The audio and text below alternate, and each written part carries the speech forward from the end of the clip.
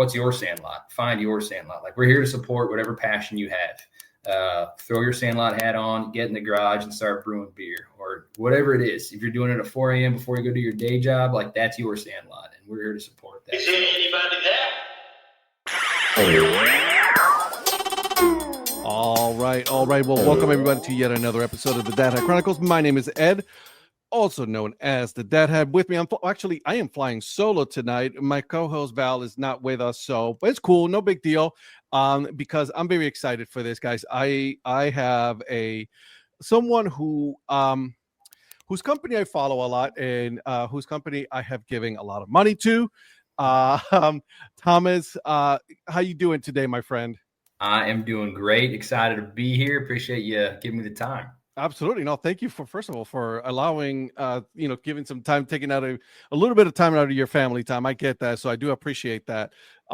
So guys, if you didn't know, Thomas, I want to make sure that I got that. You're the CEO of Sandlot Goods. Is that correct? Correct. Yeah. So I'm sitting as a CEO right now. And our founder, his name's Chad Hickman. And so he can't be on tonight, but he trusts me with the story of Sandlot, and I'm pretty ingrained in our story and how he started. So lots goes to him. I'll give him the credit where he needs it. But yeah, I'm currently sitting as our CEO. I love it. All right. So, but before we get into Sandlot Goods, I want to get to know a little bit about you. And a lot of people ask, right, what got you into sport? I'm going to ask you that, but also, like, why hats, right? Like, I mean, what is it that about hats and sporting that just got you interested in doing what you're doing? Yeah. So it's a good place to start, because it kind of talks about how I got into the seat that I'm in. The company I started is actually called Made in Kansas City. So it's a local retail here in Kansas City. And it's exactly what it sounds like. We work with 200 plus local artists and makers, and we buy and sell their product. So we have 13 locations, cafes, 14 including our cafes, and we buy and sell local goods. So Sandlot Goods is one of the very first companies we interacted with.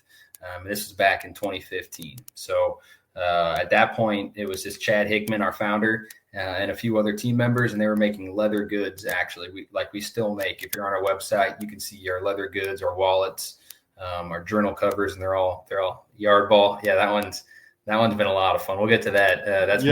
That's more recent, but started interacting with them, and we got to sit next to Chad for a long time. And in 2019, Made in KC got some ownership in Sandlot Goods, and it was one of the true Made in KC companies, meaning they're cutting and sewing and making the product in Kansas City, and that meant a lot to us. And so we got along well with Chad, and got some ownership in the company to try to help him grow it. So really, it was just more about Chad's vision and how we could truly make something here in the USA and manufacture it with hands and humans. That's amazing. I love the fact I love that story, right? Like that it is made, here in the US. And then I made an unboxing video a while back, and I said, guys, they make it here. They make it, as a matter of fact, they make it in Kansas City. You guys got to go support it. Like, it's not that expensive, right? And I love their hats, by the way. We'll get into that, obviously. So you bought a stake into Sandlot Goods, so what inspired you? Like, what is it about that like really gave you the inspiration to say, you know what, this is a company that I want to invest my time and money, obviously, that going forward? Yeah, for me, I'm just very long-term oriented. I'm not the kind of entrepreneur that wants to start something just to sell it and go to the next. I want to have, I always talk about building a company that people want to buy, but mainly that I want to be part of, because probably no one's going to want to buy it. And I just want a place that I want to go work every day. And so the manufacturing piece of what Chad was doing, and the cutting and sewing, and the machinery, it just had more meat to it, more meaning to it, something that you could go to every day and problem solve and be part of, and have a kind of a purpose that people understood. We want to make things. We want to make high quality things. One of the early sayings of Sandlot Goods was products that you're going to hand down to the next generation. And so that's a goal for us. But we also want to make it approachable. We're not trying to make $100 hats. We're not trying to make something that's super luxury. We're trying to be competitive, and someone like you that wants to buy 6 of our hats, that's what I want. Somebody that's just a hyper fan and obtain our products. So, and I'm sure you know this, so I'm going to ask. So why the name Sandlot Goods? Yeah, that's one of my favorite stories, and there's a marketing campaign that I really want to get to at some point, but I want to do it right. That talks about this, but and Chad would be okay with me sharing this, but he had a brother pass away, and after that, as you would imagine, it kind of shook him up and kind of reoriented what his priorities are. Mm-hmm. Always been a baseball fan, and he essentially sat down and was like, if you go back to the movie, which a lot of people think about, it's those kids had a place that they went to every day to not just have fun, not just to chill, but to get better. They went to this place every day to work their asses off and get better at the thing that they loved. And he kind of every day is like, that's where I want to go to work. I want to go somewhere that I just want to improve and work and get better and have fun while I'm doing it. Cause that was a key part of what those kids did in the Sandlot. So that's what he went for. And so for us now, it's kind of like we pass this around inside, and the marketing thing I want to do is what's your Sandlot? Find your Sandlot. Like, we're here to support whatever passion you have. Throw your Sandlot hat on, get in the garage and start brewing beer or whatever it is. If you're doing it at 4 a.m. before you go to your day job, like, that's your Sandlot, and we're here to support that. So, I've never been, I can't cut and sew hats myself. I'm just a huge fan of our team that can do it. And I'm passionate for Chad about what we're trying to build. But yeah, I truly believe we found our Sandlot, and we're trying to make that show through our products. I love that. That's amazing. Yeah. Finding your own Sandlot. I never really had anybody really put it that way. It's like, what's your Sandlot? And it's, oh man, you're going to have some fun with that marketing. Yeah. No, it's great. We're going to do some videos with it. I mean, I would imagine this podcast is one of your Sandlots. And 100%. There's just so many ways to get after it. And we're lucky that, it's how we make a living, and that's the ultimate goal, right? But it doesn't have to be that. It can be something, like I said, you do it 8 o'clock when your kids go to bed, and 2 hours just melt away like that. And that's, and if you don't have it, that's okay. You can find it. And we're here for that. And it's never too late, right? That's the whole thing. It's like, it's never too late to find your Sandlot. And you're right, though, by the way, like doing the late nights, that's usually like Sunday nights. I'm usually here in my office and my daughter's sleeping. My wife is doing her own thing, and I'm here editing and putting an episode out. But it's a lot of fun, though, right? Because awesome. No one is going to do it for me. So I have to do it myself. So very cool. I like that. So what makes Sandlot such a unique, different company than the rest of the other hat companies? Because obviously there's a lot, right? Like, there's the New Eras, there's the 47s, there's a bunch of them out there. So like, what makes you guys so unique in a way and that sets you guys apart? I mean, the obvious one is being manufactured in the USA. Mm-hmm. There's only a handful of us. We're definitely not the only ones doing it. I never claim that we are. Mm-hmm. I'm not sure how many people are doing it the way we're doing it or at the scale we're doing it. But it's that. And I think if you ever get a chance to come into our factory, it's going to be hard to explain, but that's what makes us different. I think you'll walk in there, and the biggest thing I wanted to do when I got to Sandlot Goods was kind of shake off all the ways people thought about manufacturing and sewing and make this place that you walk into. And it's a story I like to tell. I had this guy that was trying to sell us cleaning services or something. I forget what it was, but he came into the factory and he had a box of donuts, and we were having fun that day. I forget what was going on, but we were making hats. You could see the machinery going, but I think it was someone's birthday or something. So we had a celebration, and he just kind of looked at me. He goes, "This place has some good vibes." I was like, there's not many manufacturing places you walk into where the guy delivering donuts tells you got good vibes. And I think that's what it is. We're trying to really, like I said, I want a place I want to be every day. I'm not trying to figure out how to make the most money off of every single hat that comes off the line. Making money is super important, but we're trying to make if anybody tells you that like they're not in it and they're not want to be profitable, run away, because they're lying to you. Cash is oxygen, that's for sure. But we have a team, and we stick to our core values really, really aggressively. And if you don't fit them, I don't want you to be there, because it's not going to be good for you long term. And so long answer, but I think what makes us different is a lot of things about quality and attention to detail, but really it's the group that's making your hat. It's a cool place to be, and keep trying to make it cooler. Speaking of the process, right? Because obviously you have your process. Walk me through the process of crafting, like let's say, because I'm currently wearing one of your Negro Leagues hat, and which, well, by the way, I want to get into so bad right now. I want to talk about this, but I'm wearing your Santurce hat, right? And the material is different. The way that you guys are manufacturing, that you guys are making these hats, and you said they're made by hand, correct? Yeah. So what is that process of crafting a hat? Yeah, I think that's one of the coolest things. We tell people we're a hat manufacturer, and not until they get into our space do they see rolls of fabric coming off the shelf and scissors coming out to cut. They're like, "Oh, you actually make the hats," and that's the thing. We don't just get blank hats and decorate them, right? We're cutting hats down from rolls of fabric. So we cut it down. We use different machineries, different cookie cutters. The hat you're wearing's got 6 panels if you count all the seams up top. And it's got 2 visor pieces, a brim in the middle, and an attachment on the back.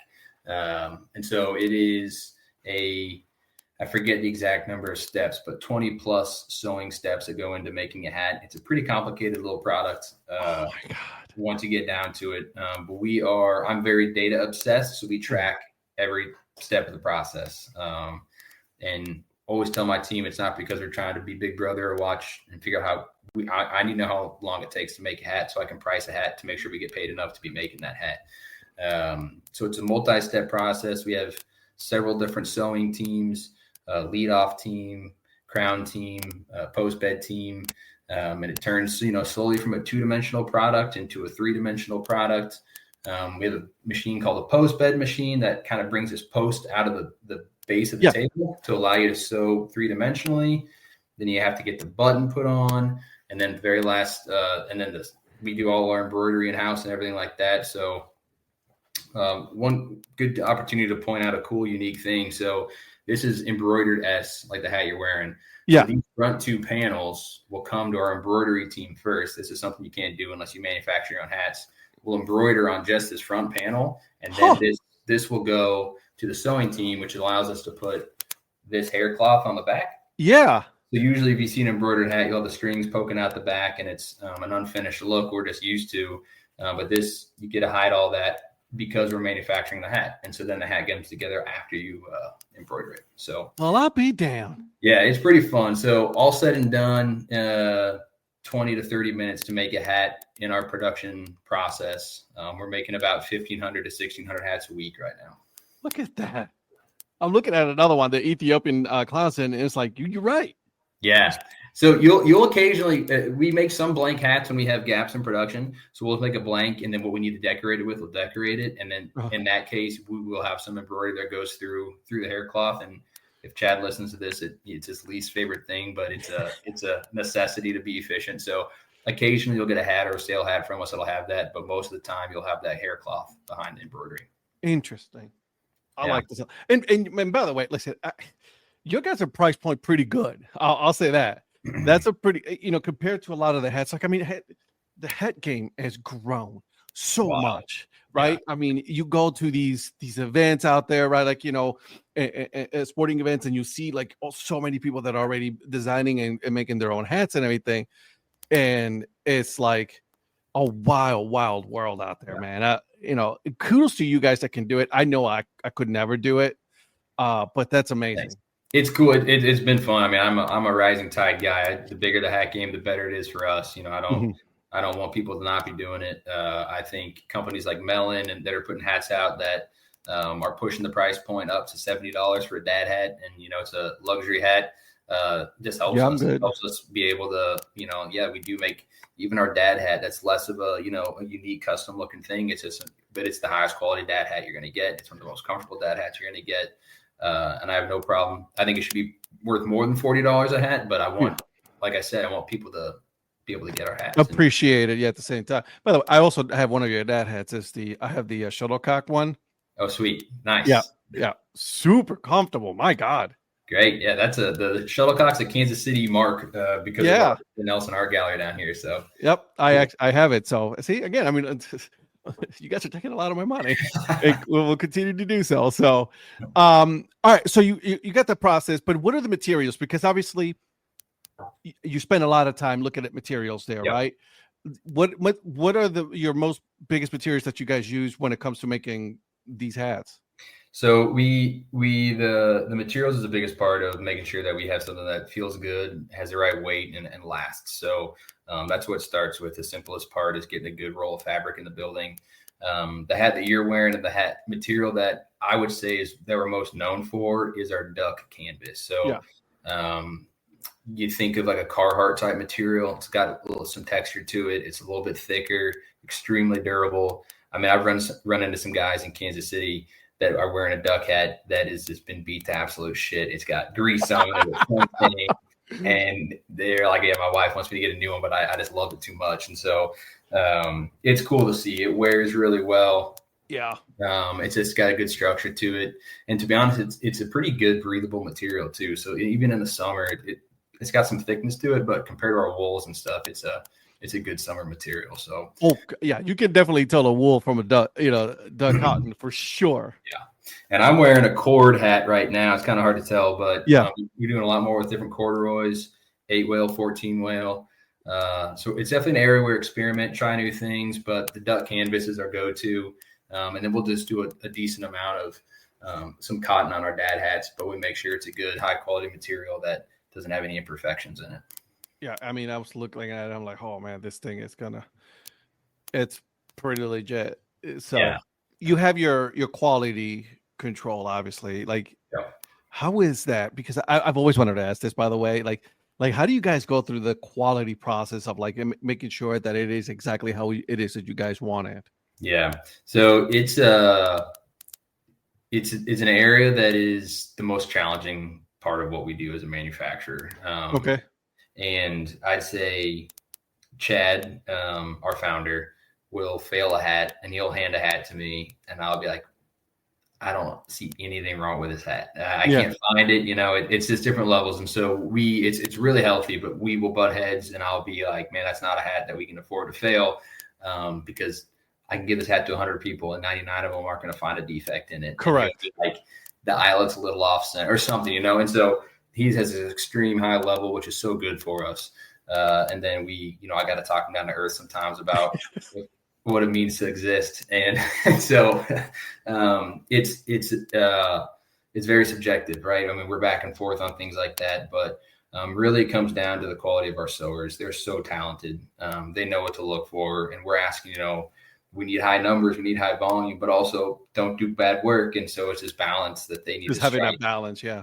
And they're so good at it. They're so talented. And so they'll find imperfections for us in the process. So overall, is having an eye of quality. We have a big quality control dashboard on our wall that shows our percentage. It's in the 90s right now. It's gotten as low as the 70s, and we have some defects. And everyone sees that big red number up there, and it's like, all right, let's slow down, let's focus. Like, 1,000 hats that we fail is worse than 10 hats that we pass. So, but again, we pride ourselves. Pride in work is one of our 5 core values, and if you sew a stitch, like I said, there's so many pieces and so many people working on it. If you do a bad seam, and if you hand that hat on to the next person, they're going to have to try and figure out making the hat and it just gets pushed down the line.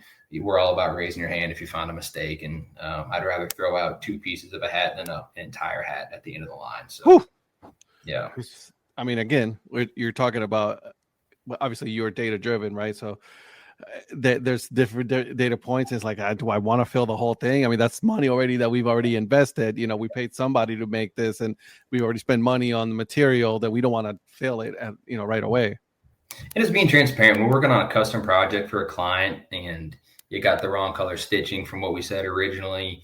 We're not just going to ship the hat and say, hope they don't see it. Let's get on the phone, get on a video, be like, hey, we have crazy high standards. Here's where your hat's at. Let us know what you want to do. Just have the conversation with people. And usually they'll laugh and be like, it's fine. We didn't know that we were using that color thread or something along those lines, right? We'll always find that our standard's higher than others, which is where it needs to be. But we'll still send out a hat that someone gets in the mail and they find an imperfection, and that's a dagger.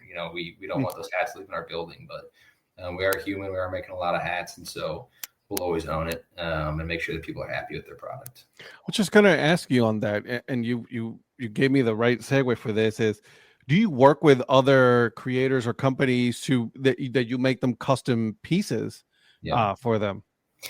Yeah. So right now we do, I'd say 4 main categories of sales. So we'll do direct to consumer. So that's our website. That's our brick and mortar. We'll do wholesale sales. So that's hats like you're wearing and I'm wearing that we make as a Sandlot product that we then sell to other people to sell in their stores. So that's our wholesale game. And then we'll do volume end user. And so that is a company here in KC wants to custom make 100 hats for their employees as gifts. So we'll work with them to design a hat that's special to their company, 10th year anniversary, 100 year anniversary, whatever it is. We'll make that hat for them and sell it as that product. And then some people are retailers that want a custom hat that has their brand on it. So I'd say the one example is we made the New Heights hats for the Kelsey brothers. The green New Heights hat, Taylor Swift wore one to a concert. And 3 days later, they've ordered 6,000 of that hat for us to make to start fulfilling orders for them because demand is skyrocketed. And so that's not. I don't know why. Yeah. It was wild. Our team was very tired of making those hats, but it was definitely a blessing. So we absolutely. So we do all of that. Well, fun fact: the Kelsey brothers and I share one thing in common. Podcast? No, we went to the same high school. Oh, really? Mm-hmm. Very cool. Yep. We graduated from Cleveland Heights. That's amazing. Yes, sir. I live in North Carolina, but from Cleveland. Gotcha. All right. That's a cool note. There you go. See? Like I said, usually on my videos, because it's the more you know. So there you go. The more you know. And yes, and podcasts as well. But theirs is a little bit more up there. But that's cool. I mean, good for them. They know what they're doing. I mean, it's a good show. Yeah, it is a good show. It's hilarious. So speaking of the hat, right? Because obviously you make those. But have you ever thought about doing like limited? Do you do limited edition hats? Like, it's like, oh, we only making 100 of these, and then this is it. We're not making any more. We'll make maybe later on. We'll make another batch. Yeah, it's almost like I planted that question for you to help us push this. So this year we're planning on doing 4 or 5 LPRs, limited product releases. So we've done a couple in the past, but we really think it's something fun to do. And it's a good way for us to get creative and find limited materials. So that's going to be the driving factor is Chad is really good at sourcing cool fabrics. So he'll find something that's a raw denim that, was made in the 50s and there's only X amount of it. And we got enough of it to cut down and make 50 hats. And so that'll be what drives it. And we'll do 4 or 5 of those this year. And I think quantities, again, it'll all be dependent on how much material is out there. Cause I truly want it to be limited. I don't want it to be something that we just, we only make 50. So there's only 50. So we could have made 100 if we wanted to. Like this is it. This fabric's not out there. It's old. You can't get it again. So we made, 29 hats or whatever it is. And then we'll launch a limited product release for that. So that's something we want to roll out in 25. It'll be, and if I can ask, right, would it be sports related? Would it be anything specific to Kansas City? Probably not specific to Kansas City. We're really trying to, we love Kansas City and Kansas City is good to us, but we want to make sure that you spread the love. We're a national brand, spread the love. Yeah. So the LPRs we've done in the past, I think have been blanks in terms of if it's a wool hat that doesn't have a logo on it, or if we do something, we might do a small SG for Sandlot Goods on it. But I don't know. I will be the first to admit that my creativity is a fraction of everybody else's in the building. So we'll see what Chad comes up with, but it'll all be kind of what presents itself and what fabrics are out there, and if there's something to be excited about. That's going to be cool. I cannot wait to see what you guys come up with. In your opinion, and obviously you've had this conversation with Chad, like how has the demand for like high quality material hats, how has that changed, right? Because the 80s and 90s, they weren't so good to the hat community, but like when it comes to materials, so like that has evolved so much, now in 2025. Yeah, it's evolved a ton. I think Chad would be a better person on the hat specifically. To me, it's just the consumer is demanding of more quality product, in general. I think there's been this shift of mass produced, wear it once or twice, and that's still out there, and it's as big as ever. I know it's as big as ever, but because of that, and because there is enough knowledge and noise around how that's not a good thing in a lot of ways, there is this kind of slow down culture of, maybe I don't want a $20 pair of jeans, maybe I do want a $200 pair of jeans that I'll have forever, and that bleeds into almost anything. And so I think again, our hats are going to last. They're forever. I've washed and dried them. You can do whatever you want with them. And so for us, that there's a world of opportunity. It's not something I worry about, that we're making too high quality of a product for people to get. We want to make it not this bespoke, we make 3 a week type of thing. We want it to be quality for the masses.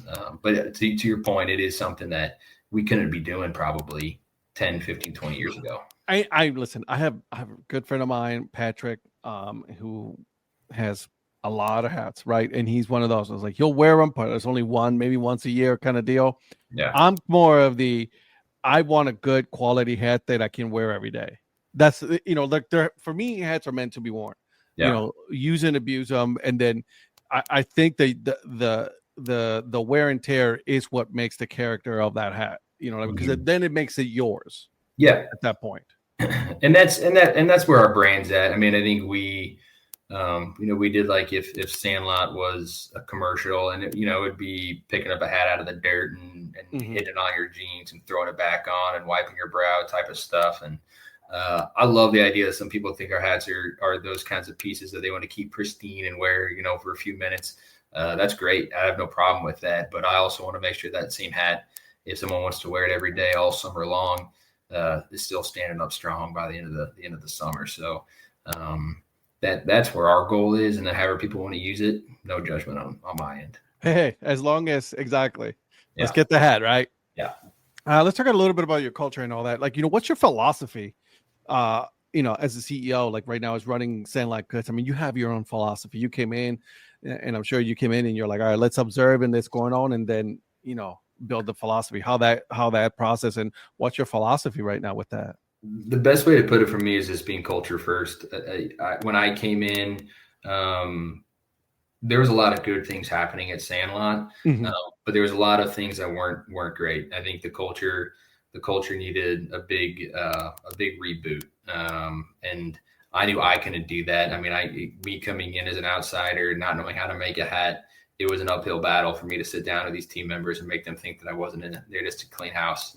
And so I read a lot of business books, and I can be Chad and I will both always say this, I can be the sucker if whatever the book I read last is what I'm talking about the most. But we use a bunch of different processes for managing.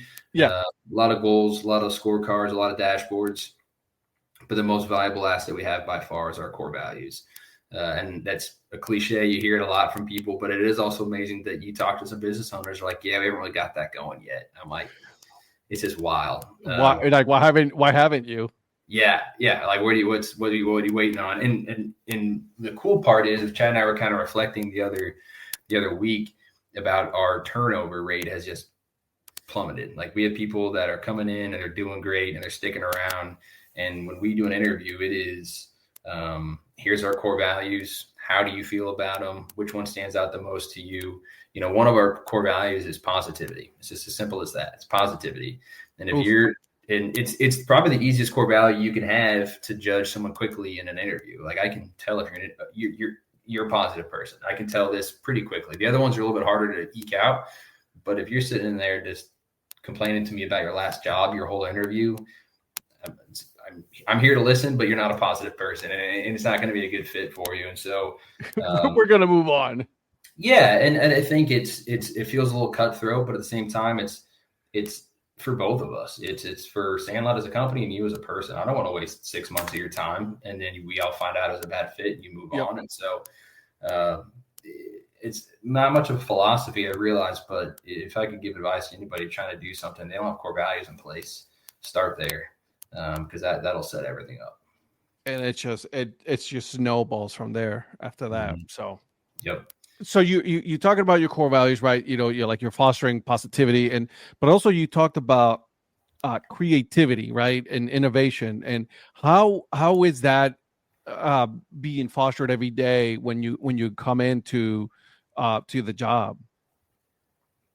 I think it's honestly an area that we can improve on. Just because, and I say that because everyone in our building is so creative. We attract and we keep very creative, talented individuals. People that graduated art school come to us. People that have side gigs at home, they'll sew all day with us and they'll go home and keep sewing. We have people that just are extremely talented. I do check-ins with every team member 3 or 4 times a year, and just the feedback we get on things. And it's not even just like cool designs or ideas.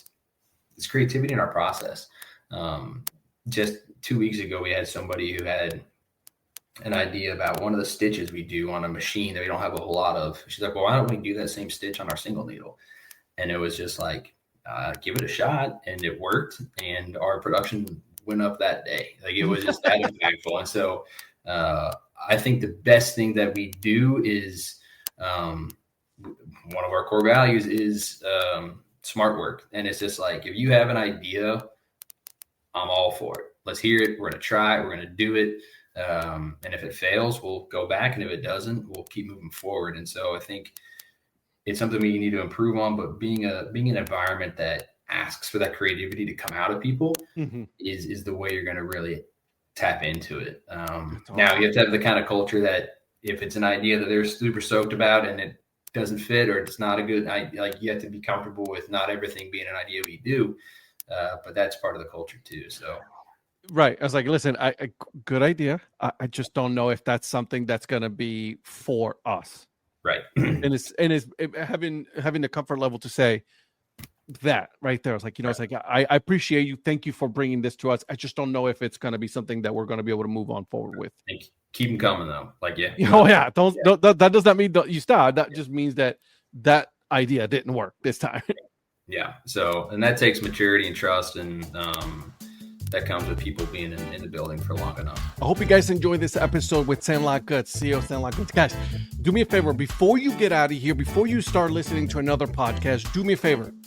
Go to their website. Check out their merchandise, okay? Specifically, the Negro Leagues partnership that they have. I have like 6 or 7 of them. I'm not kidding. I also bought a CLE one. I bought this one. It's one of my running hats. It's one of the hats that I wear constantly. And you guys are not going to regret it, okay? Now, after you do that, make sure you guys go and subscribe, hit the like button, share this with somebody else, okay? And then also, if you're watching the video, thank you. Give it a thumbs up, okay, guys? And we'll see you guys in the next one.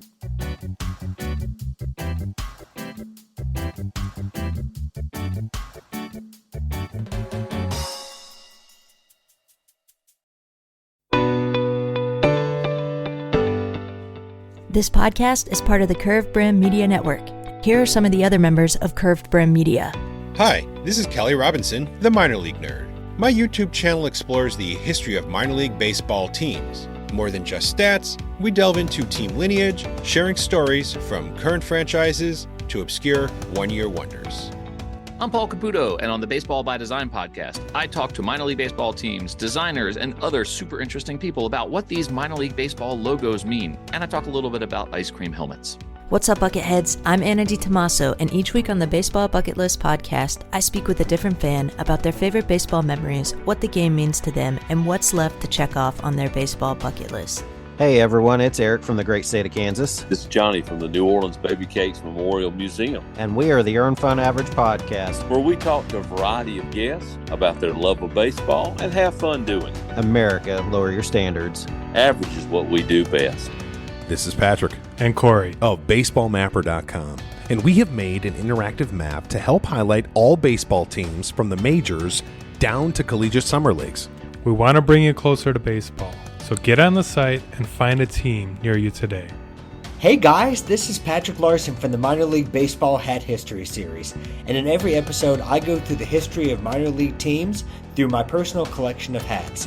You can find me on Twitter at PatLarson1. I hope you guys enjoy. Learn more about Curved Brim Media at curvebrandmedia.com.